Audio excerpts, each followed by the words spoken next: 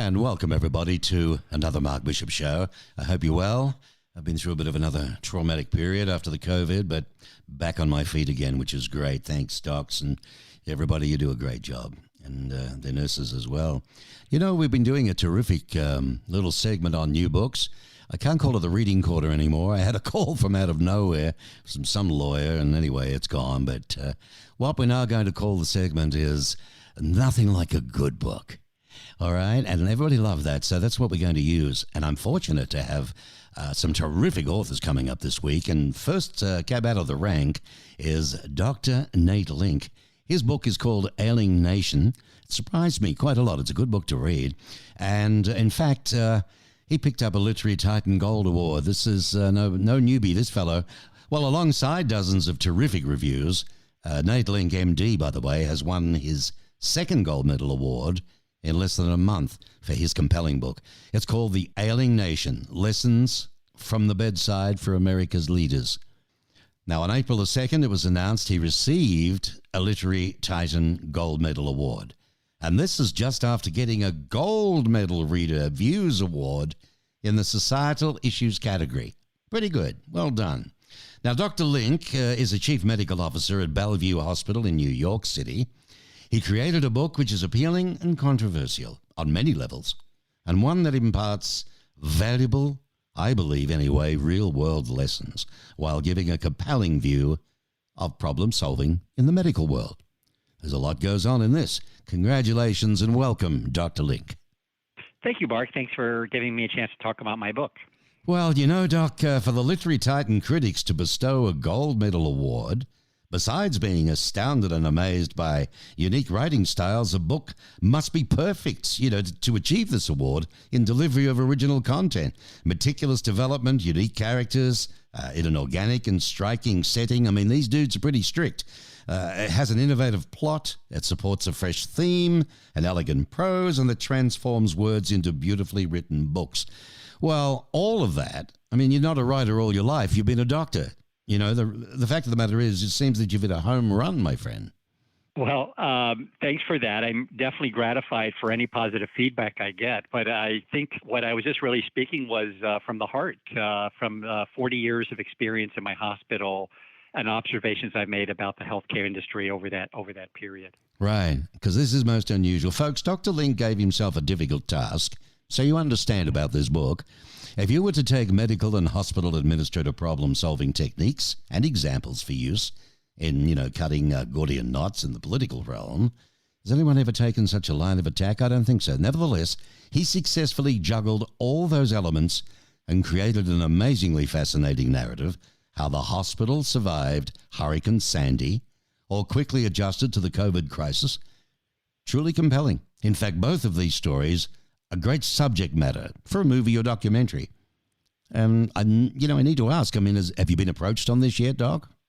Well, not to either make or act in a movie, but I definitely, I think the stories are compelling. And I think they exemplified what I've seen over a 40-year period, which is a remarkable transformation in healthcare, in the management of leadership of hospitals, in our use of evidence to make decisions, the way we handle mistakes, the way we treat our patients and staff.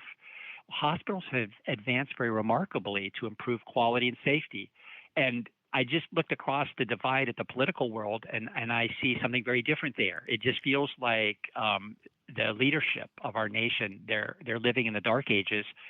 And I just wanted to share some things I learned along the way, just to pay it forward, if you will. Yeah, well, there's no doubt, Dr. Link, that you're probably not Robinson Crusoe with feelings like that when it comes to the political spectrum. But correct me if I'm wrong, but you educate the reader on problem solving by dissecting how doctors and hospital administrators look at the tiniest details to determine if a problem is systemic, diagnostic, or it could be a personal issue. Yes, and that is really a great point. I actually, if I could take a moment and just share a story, I feel like I could bring this to life. Please do. But yeah. There was a number of years ago, there was an incident in our hospital where a patient who was on a ventilator in the ICU, the ventilator malfunctioned.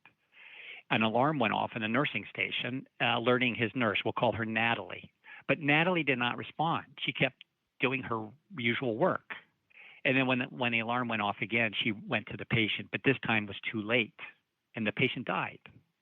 Now, we in hospital leadership, our first impulse was this nurse, was a dereliction of duty. She must be a bad apple. We're going to have to maybe fire her and make an example of her. But we have a systematic approach to incidents like this, where we investigate thoroughly, interview staff, et cetera, to get all the facts together. When we interviewed the nursing staff in the units, they all said the same thing, which is that these alarms, these ventilator alarms, go off constantly, all day long, triggered by the tiniest little thing, false alarms, one after another. None of the nurses were answering the alarms, and Natalie really wasn't different than the rest. And it was at that moment we realized what we had on our hands was not a people problem, but a system problem. We had a faulty alarm system. And the accountability for that was not on the nurse, it was us, the leaders of the hospital, who allowed this faulty system to be in place and didn't recognize it. So we fixed the alarms. We made them work better. We retrained the nurses. We started monitoring everything, and the problem went away. And this is something I've learned over and over in 40 years in the medical world. When things go wrong, we want to typically blame people or point fingers, but in truth, it's very often a system problem that leads people to that bad behavior. And it's through a systematic approach that we can identify those defects in the system and correct them and then solve the problems. Well, you see, that's very interesting. I guess to your directors of the hospitals and so on would have gone back, in this particular case, gone back to maybe the manufacturers, because that's not good, darn things going off all the time. But see, particularly fascinating like this is when an exhaustively researched conclusion turns out to be completely wrong. And when the issue is explored further, as you said, truly a cautionary tale for all of us. You just wish the politicians would do that. You've got to craft your way through a problem which lives at stake is about intense as it gets, especially if minutes or seconds can be difference between success and failure. And that is your world, No, and that's what I like to say. We developed this approach, and it wasn't always this way, by the way. When I started, it was a little more of a blame and shame approach, but the hospitals have advanced. And the reason is because so much is at stake in a hospital. I mean, patients' lives are at stake. So we were forced to accommodate to a systems approach, and we call that the just culture, where we treat employees with respect and don't blame them for everything. But so much more is at stake at the national level. And I would say even more reason to have a systematic approach to government and leading and get away from all the finger pointing and a little more into objective searches for solutions to problems so we can all move forward. I'm talking with Dr. Ailing and his brand new book, ladies and gentlemen, called Ailing Nation. It picked up a Literary Titan Gold Award. And it's quite fascinating. You see, he believes the standards of leadership in our political world are sadly deficient. Well, like I said before, I don't believe he's alone on that.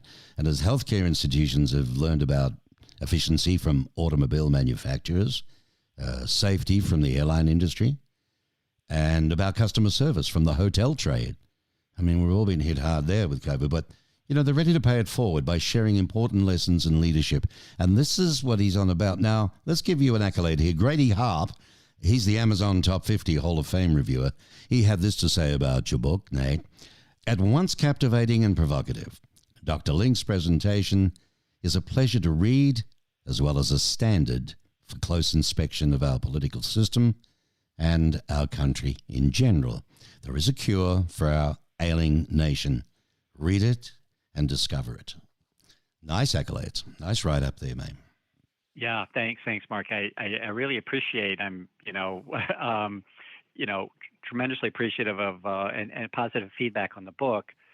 But I feel like what's going on in the national level really impresses upon us the need to take drastic action.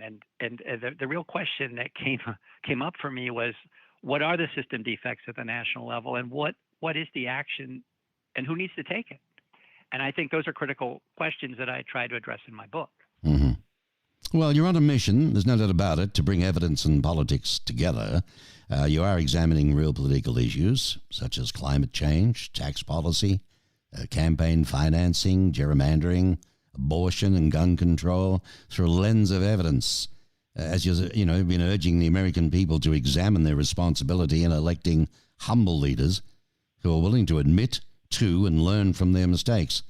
I mean, that's what I got out of it anyway, Doc. I mean, would you say that's a fair assessment to what you're trying to get across? Yes, indeed, and I think what many Americans are facing is a disappointment in the way our leaders behave. Just like the nurses in that ICU that didn't respond to the alarms, we feel like we elect people to office and then nothing good happens. They don't work together. We don't make progress, and they're wondering like what's wrong with all these leaders that we elect. And I want to make the case that we should think about national leadership as a system as well and look for defects in the system. So why do our leaders not get along? Why do they not behave well? I think there's a number. Rather than blame the leaders, I think let's look for contributors to their behavior. And one good example, which you mentioned, is gerrymandering. I consider that a defect in our democracy. And as people know, gerrymandering is where local politicians, and both Democrats and Republicans do this, by the way, in a particular state, they'll redraw the district lines to create districts that are solidly red or blue. Yeah, so that they have, they become state seats. Now, that's understandable, but the outcome of that safe seat is the person who wins the nomination is going to win the general election because it's either red or blue. When they go to Washington, they're going to feel pressure to fight the fight for their solid, extreme red or blue district. There's going to be very little incentive to compromise or collaborate with the other side because they threaten their own survival as a representative. They won't get reelected if they don't fight the fight. If we were coming from districts that were more evenly divided, we would have to take into account, both sides of the aisle in our behavior in Washington. But right now, because of gerrymandering, there's just a very strong behavioral tendency that comes from the structure of it all to fight and not cooperate. And I think until we fix that defect, we're going to continue to see people going to Washington unable really to collaborate. Or to do anything. It's the same old, Doc, it seems. I mean, look, I'm very grateful to live in America. I've been here on and off 18 years. My wife is American, and I come from a country where we only had a two-party system until they couldn't take anymore. And then we had a marvelous senator called Don Shipp, who was a Liberal Party, which is like the Republicans here, I guess. And Chippy was highly respected and loved, but he got so fed up, like being in the party where they wouldn't sit down with the opposition and try and nut some things out instead of hating each other's guts all the time, right? Because the losers are the people. We're the losers, we the people. And the reality is, Chippy went out and says, to heck with them, I'm going to keep, in fact, he had a famous saying, which used to be quoted even on TV and everything, we're going to keep the bastards honest. And he formed the Democrats, the Australian Democrats. And it went exceptionally well. He's dead now, unfortunately, but he was the first one to get out and try and do something. I honestly believe, and I don't know anything, but I'm looking in from the outside as someone that loves this country, but has watched it deteriorate terribly through greed. And it's always about greed, power, money, and yet I can't believe it. I'm a pensioner, and I'll tell you something. Could I do with my free health care back home right now? I'm paying a fortune monthly here in America to try and even get some health. This is the richest country in the world and the leaders of the free world, and yet you've got a system like that. That's just number one. So when I read your book, it just got some hairs up on the back of my neck, I'll tell you now. But unless they do something genuinely and get rid of the hate, what's it going to take? A massive war again to try and bring everybody together? I mean, it's so hard. And you've really taken a challenge on. I've got to tell you, with this book, I mean, I'm going to ask you, why did you decide to become a physician then? You could have been a good politician, maybe. Well, definitely not to write this book, I have to say. And never in my life had I dreamed I would write a book like this. But I found I found myself thinking about our national culture, our political culture, in the same way I started thinking about hospital culture. And you come up with the same questions, which is like, why do our politicians behave this way? What's behind that, and what can we do about it?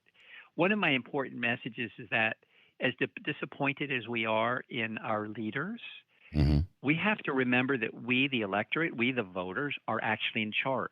We're the board of directors. They work for us. Yeah, well, that's it. And But you do say this in your book. You discuss what type of qualities a good leader should exhibit. I mean, what do you think the most important qualities are for our people up there in the government? well, I think one of the most important ones is to face the truth and to seek the truth and learn from the truth. And I think that is the crucial in a hospital. And we developed a movement called evidence-based medicine about 30 years ago. Because before that, decisions in a hospital were usually made by the person with the loudest voice, the most seniority or the highest rank, and their opinion or speculation would rule the day. But over time, we have come in medicine to embrace the concept that decisions should be based on real evidence, not opinions, Hmm. that comes from research and the literature. And that is really about getting to the truth. That's really the point. The truth reigns in medicine, and you can't get away with treating a patient if you're not following, Hmm. evidence-based guidelines. But as you know, in our national culture, the truth has really taken a beating over recent years. And I think most important quality I would look for in a politician is that they face the truth, they seek the truth, they learn from the truth, and they're transparent about things. Hmm. Integrity is really a foundational aspect of leadership that I think has been that we, the voters, are not putting enough stake in when we're making our choices. Well, there's plenty of reasons why, in your book, you think the United States is indeed an ailing nation. It's sad. A lot of my Aussie friends tell me they're meeting more and more Americans who have migrated, or immigrated, I should say, and quite frankly, they all believe, every one of them, that America's gone, it's finished, it's done, it can't come back, and that's pretty sad, isn't it? But anyway, That is sad, but I ended my book on a positive note. I'm actually optimistic, and I think yeah. I think we should not give up. I think again there are system defects, which I point out in my book, that we should take to heart, and we the voters should take control of our country, and we should vote for people, and we should make changes in the system defects like private campaign financing. Hmm. Why in the world do we allow wealthy individuals and organizations to buy our politicians? We should have public campaign financing so that we, the people, own our government again. That's right. I think we have to focus on these fundamental defects in our democracy, or we'll never see an improvement in the behavior of our leaders. No matter how often we replace them, we'll be Right. stuck with the same behavior. Exactly. And you give a lot of good examples in your book as well, as we did with the nurse and the alarm. It's so simple, but it's so true. To more effectively bridge the divide, so to speak, in the country. And that's what's got to be done. Trump didn't help. It didn't help. I understand that, but I see both sides. But still, unfortunately, I'm seeing more worse sides now. But that really is good. That's got to come together in a big way, and it can. But when you see the news every night, Nate, that the Reds won't concede to that, and the Blues won't even talk about that. Who are they to not to do that? Who gives them the right not to listen to the people? It's such a contrast to the hospital. It can tell you when COVID hit New York and it was like a tsunami, tidal wave. Yeah. Our hospitals of New York, all of them, mine included, stood up in a most remarkable way to this century challenge. And what it took was we bought into our mission. We put the hospital and our patients first. Everybody gave up what they'd ever known. Everybody took on new roles. Our facilities people completely transformed our hospital physically in just a few weeks. Mm-hmm. We stood up to an enormous challenge. We went from 0 to 400 COVID inpatients in about 4 weeks. Yes, it was murder. I was watching it. The way we did that was pulling together. It was alignment and coalescence and seeing the common mission. And that's that just culture that pervades in the healthcare settings that we need to bring to our national political settings. And that we really need our voters, our electorate, to prioritize these concepts in their choices for our leaders. Well, you did right, and you're right too. Just culture in medicine, just culture, in politics. And in the book, there's a lot of evidence-based decision-making in medicine and how it can be applied to politics. And if there's one thing that readers, I honestly believe you can take away from the book that you would say to them, what would that be, Dr. Nate? That would be, this is your country. The Constitution gave you the power to be the true leaders of our country, and you need to select your leaders with care. And you need to correct the system defects that make our democracy broken. And if you do that, we can succeed. One last question for you. You highlight in the book qualities of recent American presidents, right? What positive qualities do they exhibit? What negative qualities? Now, you're down the middle, but you honestly believe, and if you look back at all the presidents, but then again, are they the decision makers anyway? Are they just the frontal talking pieces? How do you relate trying to change now where America is at with what we've had in presidents? And including this last dude, Mr. Nice Guy. Yeah, I think presidents are incredibly impactful. And I think they set a tone, they set a standard. And Donald Trump is a good example. He was a good negative example for me in many ways, but I'm going to tell you who's very influential, right? He probably is more influential to this day than any other single politician. Mm-hmm. So he has tremendous power in his grasp, and I'm just saying very impactful. However, he exhibited many of the opposite traits of what I was trying to promote in the book, because I found his integrity was lacking, and he's basically a bully. But I'm impressed by his influence. I'm impressed by his ability to command the stage and bring people in his direction. I just wish he would have taken us in the right direction. But even Trump had positive traits of leadership, and I found, in every president I've looked at, there's been good and bad. And I think we, the people who select these presidents, are going to live with the results. But we need to really focus on integrity, honesty, and truth seeking as like the first rung of the ladder. And it's a complicated role, for sure. Mm-hmm. And we need to take our choices very seriously. But unfortunately, I think what we do as Americans is we just to say we're on one team.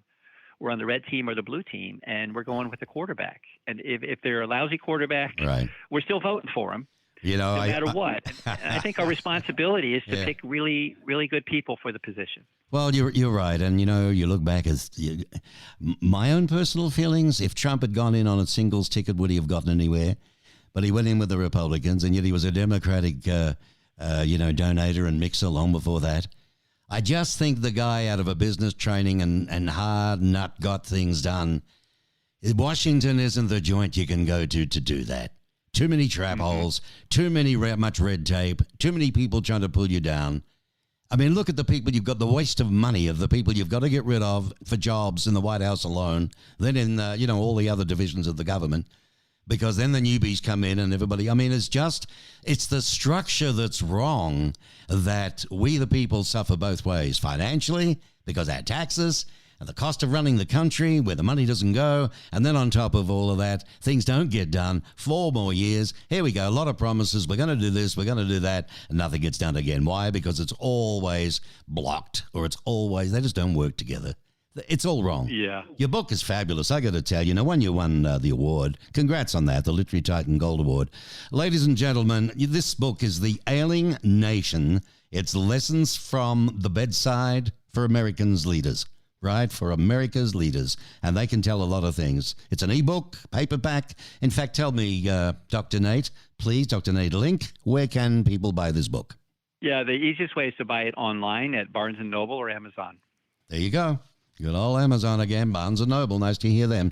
I wish you all the luck in the world with this, and I think it's a terrific gift for somebody to give, to be honest.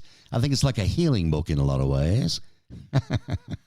Well, I hope everyone agrees with you, Mark, and I really appreciate the chance. I really enjoyed talking with you. Yeah, me too. It's fabulous, and good luck with the follow-ups whenever you've got coming, okay? All righty. Thanks so much. All right. Goodbye now.